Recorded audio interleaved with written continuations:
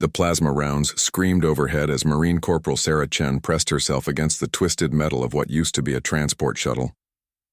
Her rifle felt warm in her hands, the familiar weight a comfort even as alien shrieks echoed. Across the smoking battlefield of Kepler 442b, she was 17 years old and had been fighting the Zephyrian invasion for 8 months now. The enemy moved like liquid shadow across the red soil, their elongated limbs carrying advanced energy weapons that could cut through human armor like paper. Sarah had watched half her unit die in the first wave, but humanity had something the aliens didn't expect. They adapted fast, learned faster, and never gave up. "Chen, we need covering fire," Sergeant Martinez shouted from behind a boulder 30 meters away. 3 wounded Marines huddled beside him, their faces pale but determined. Sarah checked her ammunition counter. 47 rounds left. Enough. She rolled from cover and opened fire, her shots precise despite the chaos. Each pull of the trigger sent a Zephyrian warrior stumbling back, their strange blue blood spattering the rocks. The aliens were stronger, faster, and had better technology, but Sarah had noticed something during her months of combat. They panicked when their formation broke. They relied too heavily on their superior equipment and forgot to think creatively. A Zephyrian commander, identified by the glowing symbols on its armor, directed a squad toward Martinez's position. Sarah shifted her aim and put 3 rounds center mass. The commander fell, and immediately the entire squad hesitated, confused without leadership. That hesitation cost them everything as Martinez and his Marines broke from cover and flanked them. The battle raged for 6 more hours. When the dust settled, Sarah found herself standing among the wreckage, her uniform torn and dirty but alive. Around her, other young Marines checked on wounded comrades and secured enemy weapons. The average age of their unit was 19. Most had never seen Earth, having been born on the outer colonies that were now the front lines of this war. Captain Rodriguez approached Sarah, his weathered face showing a mix of exhaustion and pride. He was one of the few adults left in their company, most of the experienced officers having fallen in earlier battles. "Outstanding work today, Chen. That maneuver with the commander was textbook." Sarah nodded, but her mind was already elsewhere. In 3 days, the transport would arrive to rotate their unit back to the rear for R&R. But instead of going to a military base, Sarah had received different orders. The Galactic Council had established emergency education protocols for human children affected by the war. Despite being a decorated combat veteran, she was still legally required to complete her education. She was being sent to an integrated school station that served multiple species across this sector of the galaxy. The thought made her stomach twist in ways that facing down Zephyrian war machines never had. On the battlefield, she knew who the enemy was and what they wanted. In a school full of alien teenagers, the rules were completely different. That night, Sarah sat on her bunk cleaning her rifle while her squad mates played cards nearby. Corporal Jackson, barely 18 himself, looked over at her. "Heard you're shipping out to one of those mixed schools." "Lucky you getting out of this hellhole," Sarah smiled grimly. "Yeah, lucky me." She ran her fingers along the barrel of her weapon, remembering how natural it had felt the first time she'd held it. Her instructors had said she was a natural soldier, someone who could read a battlefield and make split-second decisions that saved lives. But reading teenage social dynamics? That was enemy territory she'd never trained for. The other Marines in her unit were her family now. They understood what it meant to wake up every morning not knowing if you'd see another sunset. They shared the bond that only came from facing death together and choosing to keep fighting anyway. How could she possibly relate to alien kids who worried about homework and social status instead of survival? Her communication pad chimed with an incoming message. New orders, updated curriculum requirements, and a list of species she'd be attending school with. Fourth-hand diplomatic offspring, crystalline engineer candidates, even some young Zephyrians from neutral worlds who had opposed the invasion. The irony wasn't lost on her that she'd be sitting in classes with members of the same species she'd been killing just hours ago. Sarah set down her rifle and looked around at her squad mates. Tomorrow would be another battle, another chance to prove that humanity belonged among the stars despite being the youngest species in the galactic community. But in 3 days she'd face a different kind of proving ground. One where her combat experience might mean nothing, and where the weapons she'd mastered wouldn't help her navigate the complex social hierarchies of adolescent aliens. She thought about her parents, who had died when the Zephyrians first attacked her home colony. They had always pushed her to focus on her education, to dream of college and a peaceful career. Now she was getting that chance, just not in any way they could have imagined. Their daughter wasn't just going to school with alien kids. She was a killer who had to pretend to be a normal teenager. The battlefield had taught her that humans excelled when the odds were against them. They found ways to win when winning seemed impossible. As she drifted off to sleep, Sarah wondered if those same qualities would serve her in the hallways of an integrated school, or if she was about to discover an enemy that even human determination couldn't defeat. The transport ship felt wrong to Sarah after months of military vessels. Everything was too clean, too quiet, without the constant hum of weapon systems and tactical displays. She sat in the passenger compartment wearing civilian clothes that felt like a costume. Her military duffel bag the only indication of where she'd spent the last 8 months. Across from her sat 3 other human students, all around her age but clearly from different backgrounds. There was Marcus, a diplomat's son who spoke 4 alien languages and had never seen combat. Riley came from a research station and couldn't stop talking about xenobiology. The third, Emma, had been evacuated from a border colony early in the war and seemed as uncomfortable with civilian life as Sarah felt. "So you're actually military?" Marcus asked, his voice filled with curiosity rather than respect. "I mean real military, not just civil defense training?" Sarah nodded curtly. She learned quickly that most civilian humans had a romanticized view of the war. They saw heroic battles and glorious victories, not the reality of watching your friends die while alien weapons turned everything around you into smoking craters. Riley leaned forward eagerly. "What are the Zephyrians really like?" "The biological reports make them sound almost impossible to fight against. Their reaction times are supposed to be 3 times faster than human baseline. They die when you shoot them enough," Sarah replied flatly, then immediately regretted her tone when Riley's excited expression faltered. These weren't her squad mates. They wouldn't understand dark humor born from too many firefights. The transport docked with Harmony Station 6 hours later. Sarah's first glimpse of the school made her stomach drop. It was massive, a gleaming structure that could house thousands of students from dozens of species. Floating gardens drifted between the sections, and she could see alien students moving through transparent walkways, their various forms creating a rainbow of different physiologies. Their orientation guide was a middle-aged human woman named Dr. Patterson, who smiled too much and spoke in the overly cheerful tone Sarah associated with people who had never faced real problems. "Welcome to Harmony Station, humanity's greatest educational achievement in intersystem cooperation. You'll find our facilities rival anything in the core worlds." As they walked through the main corridor, Sarah couldn't shake the feeling of being watched. Clusters of alien students stopped their conversations to stare at the new human arrivals. She recognized several species from intelligence briefings, but seeing them as teenagers rather than combatants was jarring. A group of young Vorthons dominated one section of the hallway. They stood nearly 8 feet tall even in adolescence, their scaled skin shifting colors to display their emotional states. Currently, they showed patterns of amusement and superiority as they watched the humans pass. Sarah's hand instinctively moved toward where her sidearm would normally be before she caught herself. "The Vorthons can be a bit overwhelming at first," Dr. Patterson explained, having noticed Sarah's reaction. "But you'll find they're quite friendly once you understand their social structure. They communicate as much through color changes as they do through words." Sarah wanted to point out that she understood Vorthon's social structure perfectly. In their military hierarchy, the brighter the display, the higher the rank. She'd used that knowledge to identify and eliminate their officers during the siege of Titan Base, but somehow she doubted that information would be helpful in a classroom setting. They passed a laboratory where crystalline students worked on some kind of energy manipulation project. The silicon-based beings moved with precise mathematical grace, their transparent bodies refracting light in beautiful patterns. Sarah had never fought crystallines. They were one of the few species that had remained strictly neutral in the war, but their perfectionistic nature was legendary. "Your dormitory assignments take into account species compatibility," Dr. Patterson continued.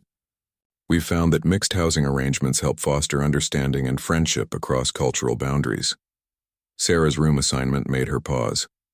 She was sharing a quad with Emma, which was expected, but also with a young Zephyrian named Kethvar and a Vorthon called Thessarian. The irony of sleeping in the same room as members of the two species humanity was currently at war with wasn't lost on her. Emma noticed her expression. Problem with the arrangement? Just adjusting, Sarah replied. How could she explain that she'd been trained to recognize Zephyrian movement patterns from a mile away, because it usually meant incoming artillery fire, or that Vorthan color speech was most useful for determining how close they were to calling in air support? Their first stop was the Academic Placement Center, where alien counselors used translation software to assess their educational backgrounds. Sarah's file made for interesting reading. Combat leadership courses, tactical analysis, weapons maintenance, and battlefield medicine, but only basic mathematics and virtually no liberal arts education. The crystalline counselor, whose name was an unpronounceable harmonic frequency, studied her records with obvious confusion.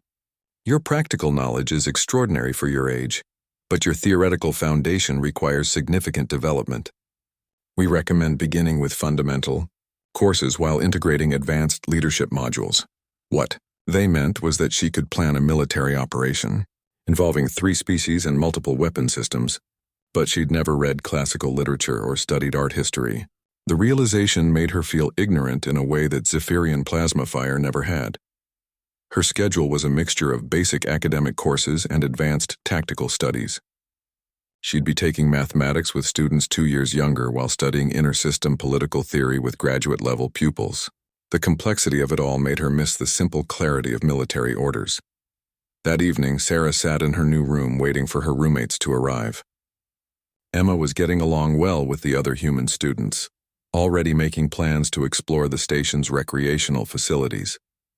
But Sarah found herself staring out the window at the stars, thinking about her squad back on Kepler 442b.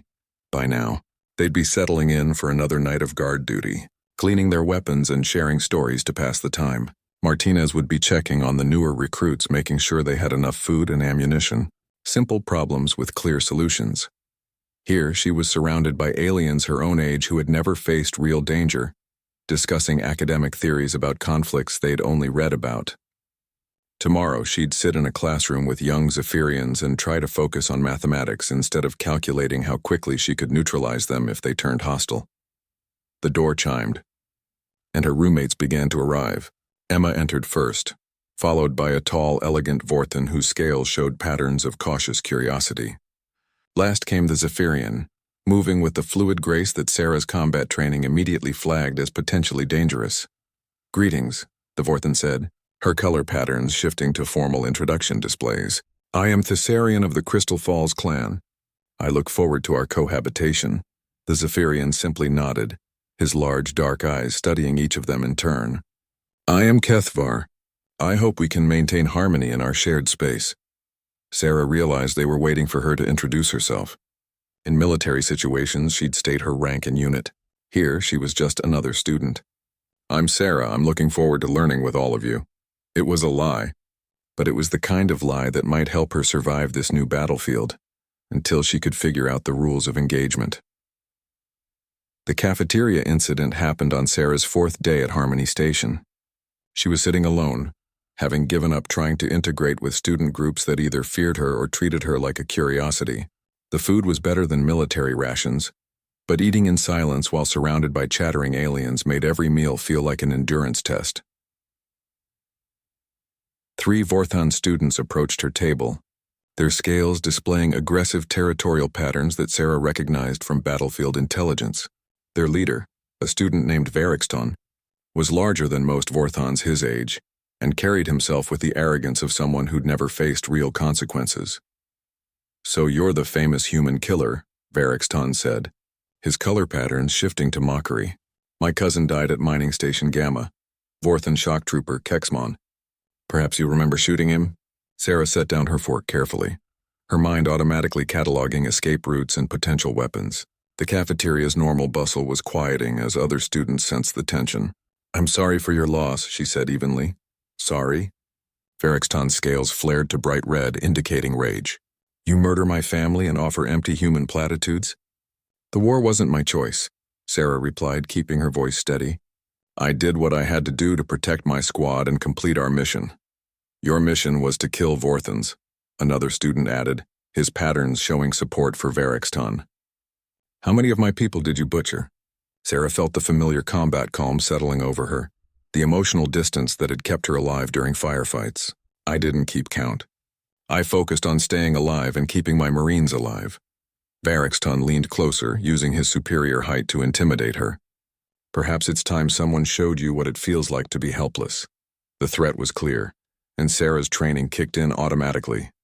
She assessed angles of attack, noted that Varexton's stance left his center of gravity vulnerable, calculated how to disable all three opponents before they could coordinate their assault. It would take maybe 10 seconds to put them all on the ground with significant injuries.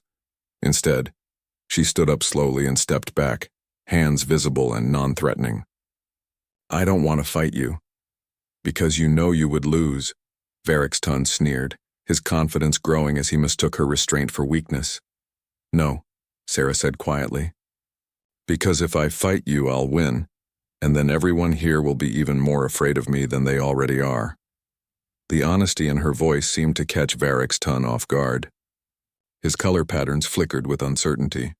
Around them, the cafeteria had gone completely silent, with students from multiple species watching the confrontation.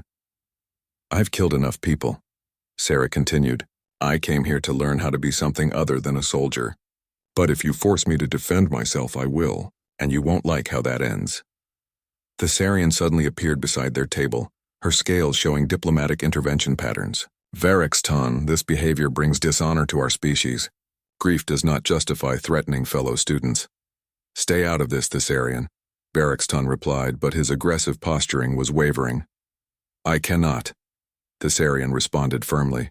Sarah is my roommate and under clan protection while she resides in our shared space. To threaten her is to threaten me. Mordak materialized on Sarah's other side, his presence adding another layer of complexity to the situation. The war has created enough orphans, he said softly. We don't need to create more in a place dedicated to learning. The standoff stretched for several tense moments. Sarah could feel the entire cafeteria watching, waiting to see if the human soldier would resort to violence. Part of her wanted to just walk away, but she knew that showing weakness here would make her a target for every student looking to prove themselves. Instead, she did something that surprised everyone, including herself. She sat back down and resumed eating. You're welcome to join me, she said to Varexton. I'd like to hear about your cousin. What was he like before the war?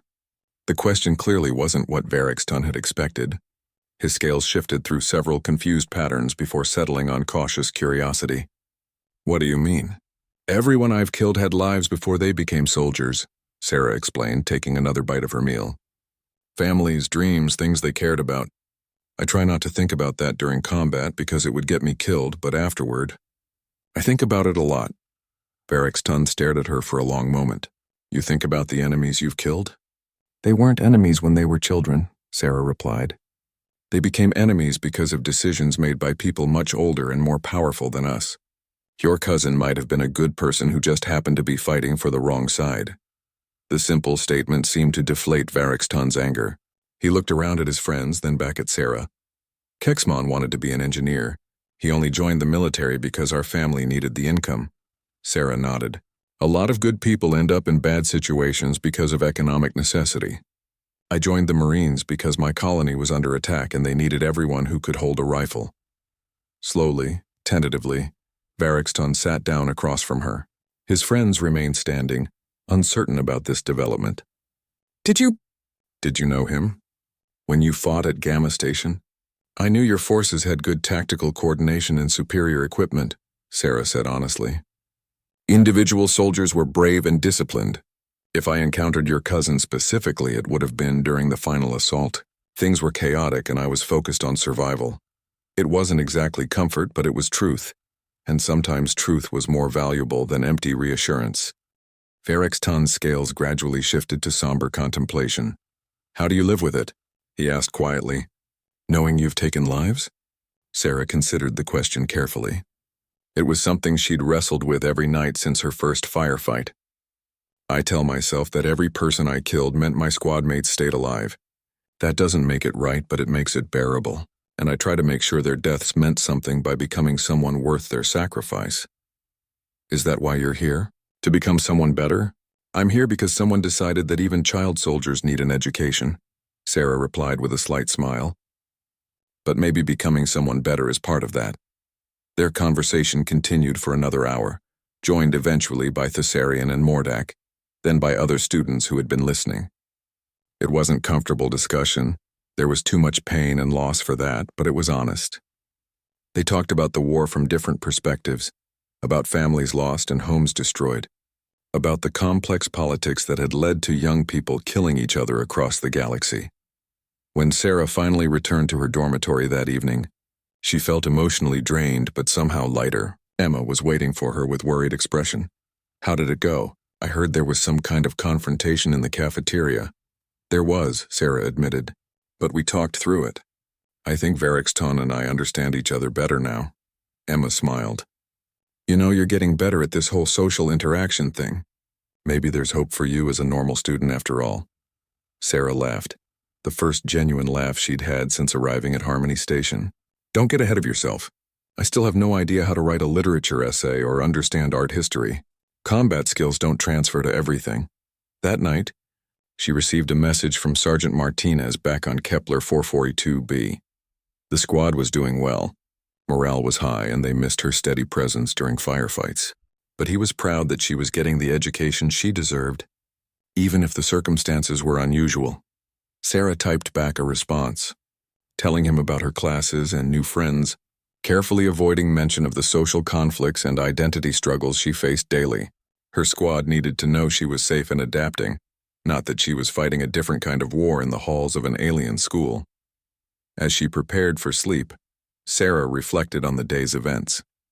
She'd faced down potential violence without resorting to force, found common ground with someone who had every reason to hate her, and begun to understand that her military experience might be an asset, rather than just a burden in civilian life. Maybe Harmony Station wouldn't defeat her after all. Maybe she could learn to be both a soldier and a student, someone who had survived the battlefield and could thrive in classrooms too. The emergency alarm shattered the peaceful routine of Harmony Station at 0347 hours, its piercing wail dragging Sarah from the first deep sleep she'd managed in weeks. Her training kicked in automatically, rolling her out of bed and into a defensive crouch before she was fully awake. Around her, her roommates stirred in confusion, their various species requiring different amounts of time to process the danger. "What's happening?" Emma asked, her voice tight with fear. Sarah was already pulling on clothes, her movements efficient and practiced. "Emergency alarm. Could be anything from system failure to external attack." She paused, listening to the specific pattern of the alert. "That's not a drill signal." The station's communication system crackled to life with Captain Morrison's voice, tense and professional. "All students and staff report to designated emergency stations immediately." "This is not a drill. Unknown vessels have been detected approaching the station. Security protocols are now in effect." The Thessarian's scales shifted to alarmed patterns as she struggled into her clothing. "Unknown vessels? In neutral space? Pirates, maybe," Kethavar suggested, but his usually calm demeanor showed cracks of genuine concern. "Or refugees fleeing combat zones." Sarah was checking the emergency kit she'd assembled despite regulations against military equipment in student quarters. Basic first aid supplies, emergency rations, and a few tools that could serve as weapons if necessary. Old habits died hard, especially when they'd kept you alive. The corridors were chaos as thousands of students and faculty moved toward emergency stations. Different species had different panic responses, creating a confusing mix of behaviors. Crystalline students moved in precise geometric formations, while Vorthons displayed rapidly shifting color patterns that made communication difficult. Humans clustered together, seeking familiar faces in the confusion. Their assigned emergency station was Recreation Hall C, a large space that could accommodate mixed species gatherings.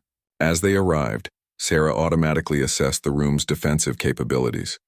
Limited exits, lots of open space that would be difficult to defend. No obvious weapon storage. If this was an attack, they were sitting targets. Dr. Patterson was trying to maintain order with varying degrees of success. "Please remain calm and take seats according to your dormitory assignments. Station security is investigating the approaching vessels and will update us shortly." Sarah found herself unconsciously cataloging students who might be useful in a crisis. Marcus had military family and probably basic training. Several Vorthon students showed the disciplined bearing of those with combat preparation. A few crystallines had the precise movements that suggested technical expertise. If they needed to organize a defense, she had resources to work with. "You're doing it again," Emma whispered beside her. "Doing what? Your soldier thing. You're evaluating everyone like potential assets or threats." Sarah forced herself to relax but couldn't entirely shake the combat readiness that had kept her alive. "Sorry. Hard to turn off when things go sideways." 20 minutes passed before Captain Morrison's voice returned to the communication system. "Students and faculty, I can now report that the approaching vessels have been identified as refugee ships fleeing combat in the Tau Ceti system. However, long-range scans indicate several ships may be carrying wounded passengers requiring immediate medical attention." The mood in the recreation hall shifted from fear to anticipation. Harmony Station prided itself on its humanitarian mission, and taking in war refugees was considered an honor among the student body. But Sarah felt a chill of premonition. Refugee ships from Tau Ceti would be carrying survivors from some of the war's most brutal battles, all students with advanced medical training or emergency response experience are asked to report to Medical Bay Alpha for volunteer assignments. The announcement continued. "This is entirely voluntary and will be supervised by qualified staff." Sarah was on her feet before the announcement finished. Emma grabbed her arm. "You don't have to volunteer for everything dangerous." "I have field medical training and emergency response experience," Sarah replied. "These people need help and I know how to provide it." The medical bay was controlled chaos when she arrived. Dr. Kellerman, the station's chief medical officer, was coordinating triage preparations while nursing staff readied treatment areas. About 30 students had volunteered, representing multiple species and skill levels. "Those with actual combat medical experience, please step forward," Dr. Kellerman announced. Sarah moved forward along with 3 other students, 2 Vorthons who'd served in civil defense roles and a crystalline whose precise movements suggested surgical training. The doctor looked surprised at the small group. "Miss Chen, your file indicates extensive field medical experience. Can you handle traumatic injuries without supervision?" "Yes, sir. Plasma burns, shrapnel wounds, radiation poisoning, battlefield amputations. I've seen most of what war does to people." Dr. Kellerman nodded grimly. "Good. You'll be leading Triage Team Alpha. Your job is to sort incoming casualties by severity and direct them to appropriate treatment areas. Can you handle that responsibility?" "Yes, sir." The first refugee ship docked an hour later. As the airlocks opened, the familiar smell of burned metal and medical disinfectant brought back memories Sarah had been trying to suppress.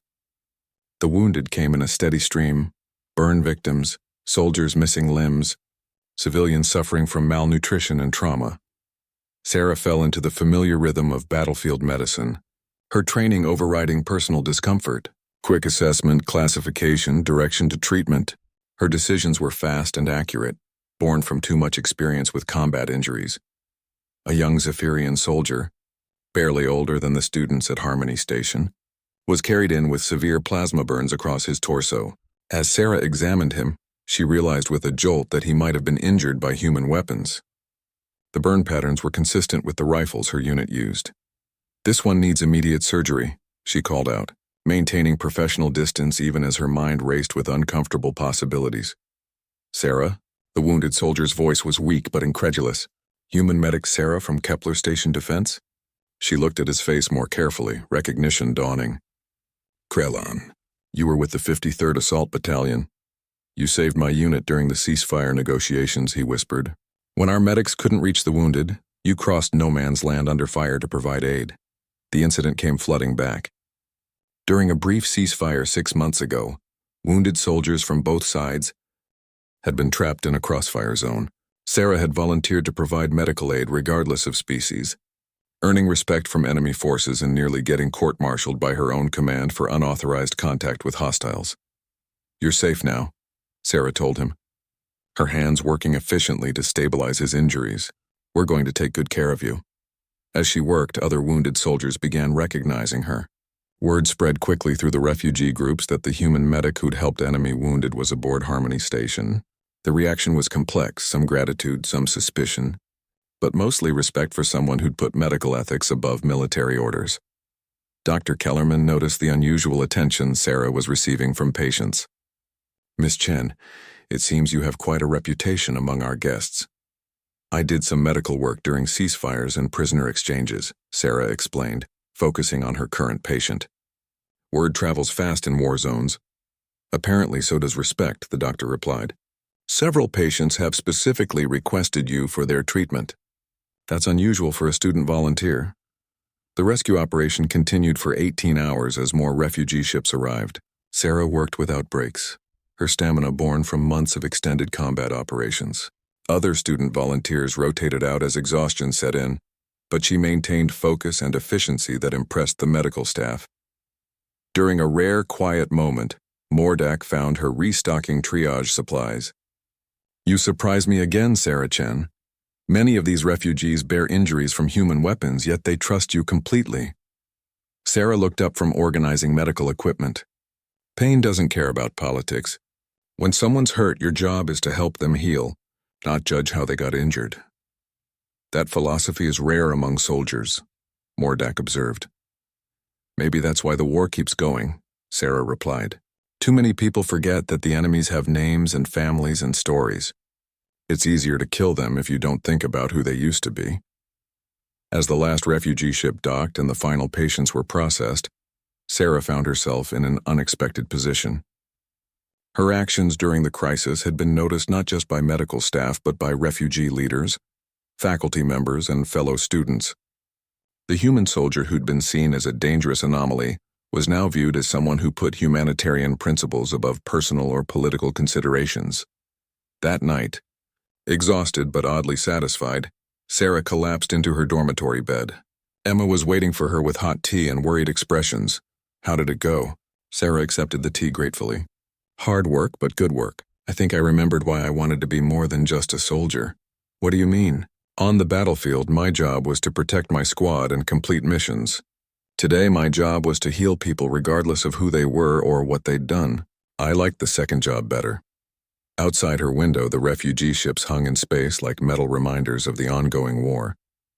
Inside Harmony Station, former enemies were working together to heal and rebuild. Sarah was beginning to understand that maybe her future lay not in choosing between soldier and civilian, but in finding ways to combine the best aspects of both. The message arrived 3 weeks after the refugee crisis, encrypted with military code Sarah hadn't seen since leaving active duty. She read it twice in the privacy of her dormitory room, each word hitting her like a physical blow. Her squad was requesting her return to active service. The war in the Kepler system had escalated beyond all predictions, and experienced combat medics were desperately needed. "Emergency deployment authorization attached," the message continued in Sergeant Martinez's familiar, efficient style. "Transport departs Harmony Station in 72 hours. Your presence could mean the difference between mission success and catastrophic losses. The squad needs you, Chen." Sarah stared at the communication pad, her hands trembling slightly. Part of her felt immediate relief at the prospect of returning to familiar ground, to people who understood her and valued her skills without question. But another part, a part that had grown stronger during her weeks at Harmony Station, resisted the pull of her old life. Emma found her an hour later, still sitting motionless with the message displayed. "Bad news from home?" "Deployment orders," Sarah said quietly. "My old unit wants me back." "There's been a major escalation in the fighting." Emma's face fell. "Are you going?" The question hung in the air between them. A month ago, Sarah would have packed immediately without hesitation. Her squad was her family, and loyalty to fellow Marines was more than duty. It was who she was. But now the decision felt more complicated. "I don't know," Sarah admitted, and the uncertainty in her own voice surprised her. Word of her potential departure spread quickly through the station's social networks. Students who had initially feared or avoided her now approached with genuine concern. The Sarian scales displayed distress patterns when she learned the news. "Your leaving would diminish our learning community," she said, with formal Vorthon directness. "You have become an important voice in our discussions of conflict resolution and cross-species understanding." Even more surprising was Varextun's reaction. The Vorthon student who had once threatened her now seemed genuinely upset by the possibility of her departure. "You cannot leave now," he told her after tactical studies class. You've helped me understand that human military effectiveness comes from individual initiative, rather than mere aggression. This knowledge is changing how I view your species' role in galactic politics. But it was Mordak's conversation that affected her most deeply. The young Zephyrian found her in the observation lounge, staring out at the stars where her transport would soon arrive. You're torn between two loyalties, he observed, settling into the chair beside her. How can you tell? Your body language has become more military over the past day, but your eyes show reluctance. You're preparing to leave while hoping for a reason to stay. Sarah smiled despite her inner turmoil. You'd make a good intelligence analyst. Perhaps, Mordak agreed. But I'd rather focus on diplomacy, which brings me to why I sought you out. He handed her a datapad containing a formal proposal. Sarah's eyes widened as she read the document. It was a request for her to serve as a student advisor to the Galactic Youth Peace Initiative, a program she'd never heard of but which apparently had been monitoring her integration at Harmony Station. Your unique background as both a combat veteran and a student committed to interspecies understanding makes you an ideal candidate, Mordak explained. The position would allow you to help other young veterans transition to civilian life while promoting dialogue between former enemies. This is real? Sarah asked, scanning the official letterhead and authorization codes. Very real. The program has been seeking someone with your specific combination of military experience and demonstrated commitment to peaceful resolution. Your actions during the refugee crisis confirmed that you possess the qualities they need. That evening, Sarah called her squad using the station's long-range communication array. Martinez's familiar face appeared on the screen, looking older and more tired than she remembered. Chen, good to see you. When can we expect you back? That's what I'm calling about, Sergeant. The situation has gotten complicated. She explained about the Peace Initiative opportunity, watching Martinez's expression shift from confusion to disappointment to something approaching understanding. You're telling me you want to abandon your squad to play diplomat with aliens? He asked, but his tone was more hurt than angry. I'm saying I might be able to do more good helping young veterans transition to civilian life than I can do as one rifle in another firefight. Sarah replied carefully. Martinez was quiet for a long moment. The war's not going well, Chen. We've lost 8 good Marines in the past month, including Jackson. Remember Jackson? Kid who used to joke about your school assignment? The news hit Sarah like a physical blow. Jackson had been 19, full of jokes and dreams about seeing Earth someday. Now he was another casualty in a war that seemed to consume everything it touched. I know what you're thinking, Martinez continued. If you'd been here, maybe things would have gone differently. Maybe Jackson would still be alive. Would they have? Sarah asked, her voice barely a whisper. I don't know, Martinez admitted. But I do know that you've become something more than just another Marine. The reports I've been getting about your work at that station. Chen, you're building bridges between species that have been enemies for years. Maybe that's worth more than having you back in a foxhole. The conversation continued for another hour, covering tactical updates, personal news, and the complex emotions surrounding her decision. When the communication ended, Sarah felt both relief and grief. Relief at having her mentor's understanding, grief at the growing distance between herself and the life she'd known. Dr. Patterson found her in the corridor afterward, having somehow learned about both the deployment orders and the Peace Initiative opportunity. Difficult decision? The administrator asked with uncharacteristic gentleness. The most difficult I've ever faced, Sarah admitted. What does your heart tell you? Sarah laughed bitterly. My heart tells me to protect my squad at all costs. But my head tells me that maybe there are better ways to protect people than just being really good at killing their enemies. Both responses show honor, Dr. Patterson observed. The question is which path serves the greater good. That night, Sarah walked the corridors of Harmony Station, observing the complex social ecosystem that had developed among students from dozens of species. Former enemies studied together, debated philosophy, collaborated on scientific projects, and slowly learned to see each other as individuals rather than stereotypes. In the medical bay, she visited some of the refugees who had requested to remain on the station rather than continue to other destinations.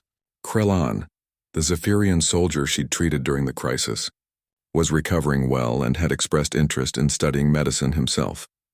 You showed me that healing is more powerful than harming, he told her when she checked on his progress. If I become a doctor, perhaps I can help others learn the same lesson.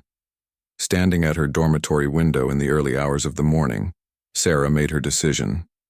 The transport carrying her deployment orders would leave in 18 hours. She began composing 2 messages, one to Sergeant Martinez, explaining her choice and requesting transfer to inactive reserve status, and another to the Galactic Youth Peace Initiative, accepting their offer and committing herself to a different kind of service.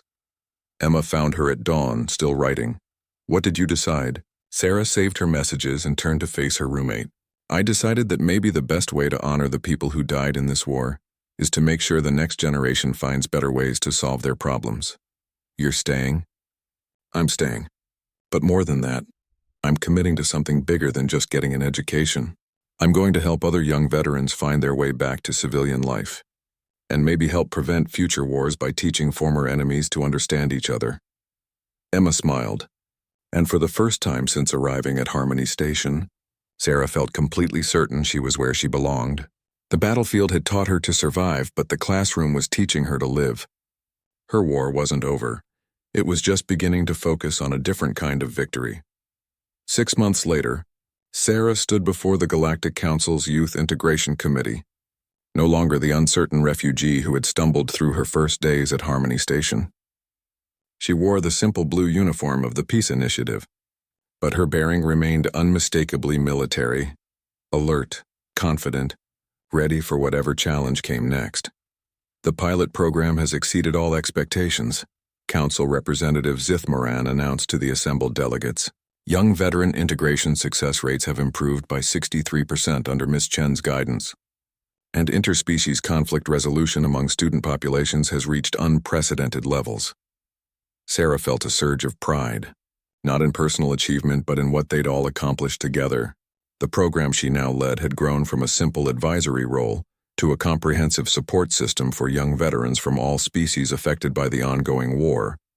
In the audience, she spotted familiar faces. Emma had become her administrative assistant and closest human friend at the station. Thessarian served as cultural liaison for Vorthon participants, her diplomatic skills proving invaluable in bridging communication gaps. Even Mordak had joined the program, his analytical mind perfect for developing psychological assessment protocols. Most surprising was Varexton, who had transformed from potential antagonist to one of her most effective team members.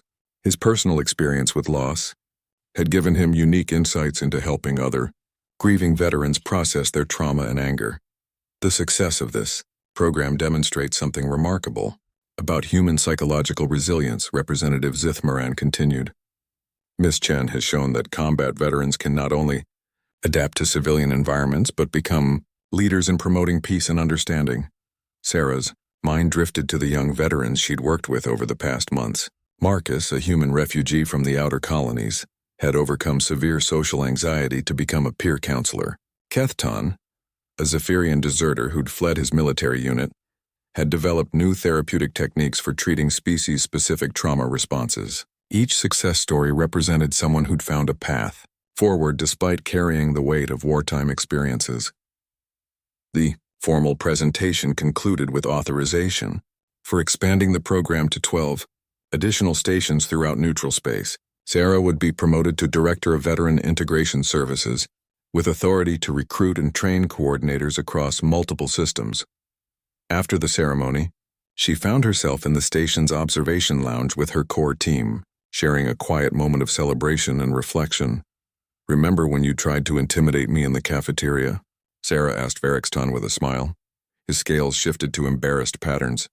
"I was angry and looking for someone to blame for my pain. You showed me that healing requires understanding rather than vengeance." "You taught me something too," Sarah replied. "That former enemies can become stronger allies than people who've never had to overcome their differences." Emma raised her drink in a toast. "To the most unlikely friend group in galactic history, a human soldier, a Vorthan noble, a Zephyrian analyst, and a diplomatic refugee learning to change the galaxy one veteran at a time." As they clinked glasses, Sarah received an incoming message on her communication pad. She almost ignored it, wanting to focus on celebrating with her team, but the military encryption codes caught her attention. The message was from Sergeant Martinez, now promoted to lieutenant and serving as training coordinator for new human recruits. His face appeared on the small screen, showing a mixture of pride and affection. Chen, I wanted you to hear this from me first. Command has officially designated your program as essential military support infrastructure. They're recommending that all human veterans complete integration training before returning to civilian life. Sarah felt a rush of emotion. Military recognition of her work meant validation that her choice to leave active combat had been strategically sound. Not just personal preference. More importantly, Martinez continued, we've had preliminary peace talks with moderate Zephyrian factions. They specifically requested that human negotiators include veterans from your program because of your reputation for fair treatment of prisoners and refugees. Turns out diplomacy works better when negotiators understand both war and peace. The message continued with personal updates about former squad members and mutual friends. But Sarah's attention was caught by the broader implications. Her program wasn't just helping individual veterans. It was contributing to actual diplomatic progress. Good news? The Sarian asked, noticing Sarah's expression. The best news, Sarah replied, sharing the message with her team. We're not just healing people anymore. We're helping to heal the war itself. That evening, Sarah walked the corridors of Harmony Station, observing how much had changed since her arrival. The rigid species segregation that had marked her early days had largely dissolved. Students from different worlds worked together on projects, shared meals, and formed friendships that transcended old prejudices. In the medical bay, she visited Krellon, who was now studying for entrance exams to pursue advanced medical training. His recovery had become a symbol of the possibility for former enemies to find common ground. I received interesting news today, he told her as she reviewed his progress charts. My family has been contacted by human refugee families seeking medical care in neutral territories. They specifically requested Zephyrian doctors trained in cross-species medicine. Sarah smiled. The healing goes both ways, indeed. And it spreads beyond what any of us expected when we began this journey.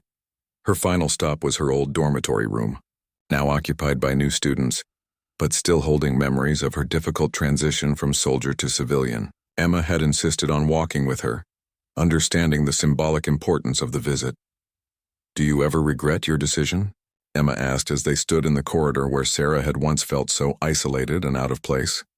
Sarah considered the question carefully. I regret the circumstances that made the decision necessary. I regret that young people like us have to choose between fighting wars and building peace instead of having both options available simultaneously. But I don't regret choosing to focus on healing rather than harming. Even knowing that people died while you were here instead of fighting. People died while I was fighting too, Sarah replied quietly. The difference is that now people are also learning to live together despite their differences. That's a kind of victory I never could have achieved with a rifle. As they prepared to leave, Sarah's communication pad chimed with another message. This one was from a new group of young veterans arriving next week. 3 humans, 2 Vorthons, and a crystalline engineer who'd lost family members in recent battles. They would need guidance, support, and someone who understood both the trauma of war and the possibility of healing. Sarah felt the familiar anticipation of a new mission, but this time the objective was building rather than destroying, healing rather than harming. She had survived the battlefield by learning to kill efficiently and follow orders without question, but she was thriving in the hallways of Harmony Station by learning to understand, to empathize, and to help others find their own paths to peace. The war in the stars continued, with young people from multiple species still fighting and dying in conflicts they hadn't chosen. But here in neutral space, former enemies were proving that different futures were possible. They were writing new rules of engagement based on cooperation rather than conquest, understanding rather than elimination. Sarah Chen had started as a human soldier trying to survive among alien students. She had become something new, a bridge between worlds, a healer of hearts as well as bodies, and proof that humanity's greatest strength wasn't its ability to fight, but its capacity to help others become better than they'd ever thought possible. The hallways of her school had indeed been more challenging than any battlefield, but they had also been more rewarding. In learning to navigate social complexity, cultural differences, and emotional healing, Sarah had discovered that the most important victories were the ones that created friends from former enemies and hope from shared understanding. As she walked toward her new, office to prepare for the next group of arrivals. Sarah carried with her the knowledge that sometimes the best way to serve your people was to help their enemies remember how to be people too.